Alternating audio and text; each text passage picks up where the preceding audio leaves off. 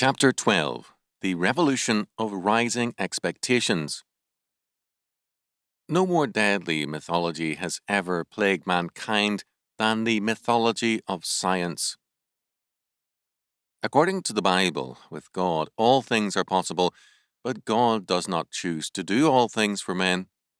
Men must face problems, moral choices, responsibilities, griefs and disasters, and men must grow in terms of these things. The Bible makes abundantly clear God's miraculous power, but it makes equally clear the fact that man's first problem is his apostasy, his moral rebellion against God.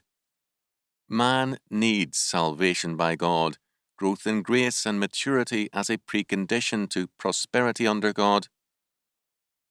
This world at its best involves work, and work under God's grace is blessed rather than cursed. But according to the mythology of science, science can and will do all things. Not only are all things possible with science, but they are also planned for delivery. Sickness, disease, and death shall be abolished. Poverty, crime, and war shall be eliminated. Not only man, but also his world and weather shall be controlled. Life will be created, new organs, arms, and legs grown.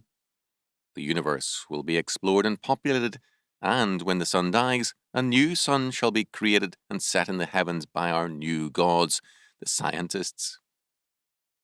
People believe this, some more, some less, but they do believe. They are fearful of these powerful new gods, and the fictional image of the mad scientist reflects a popular feeling.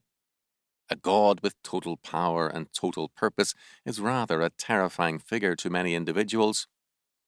But, however fearful they are of this new maker, people are entranced by his new creation, this brave new world promised by science. A politician of the New Order spoke of this faith and its results as, quote, the revolution of rising expectations, end quote. The phrase is an apt one. There is all over the world a revolution of rising expectations. When a workless, deathless world of peace and plenty is held to be within reach, the peoples will be satisfied with nothing less, and they will turn on, rend and trample underfoot those who give them less. Revolutionary discontent has become the order of the day. When men are taught to expect the life of the gods, they will not settle for the lot of man. Believe that all things are attainable, they will accept nothing less. The result is a worldwide revolutionary dissatisfaction and discontent. Foreign aid can feed the unhappy masses and provide them at times with more than they have known before, but man is now beyond happiness because the revolution of rising expectations has made man insatiable. This new revolution, therefore, ensures a greater revolution. It ensures the collapse of all property and all law as it teaches men to despise the riches of the present for the promises of the future.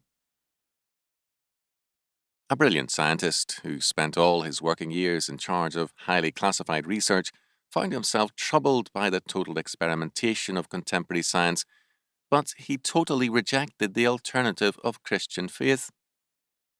He believed in nothing but his science, and he feared it.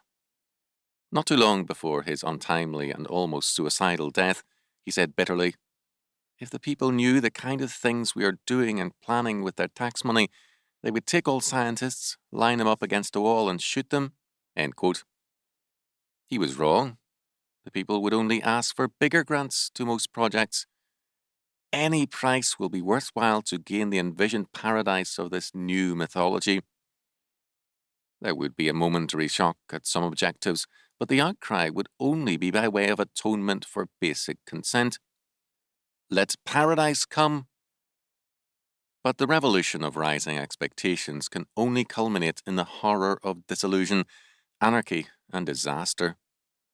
Then the self-righteous and consenting masses will cry for vengeance, forgetting that they too will be the objects of that vengeance. Except the Lord build a house, they labour in vain that build it.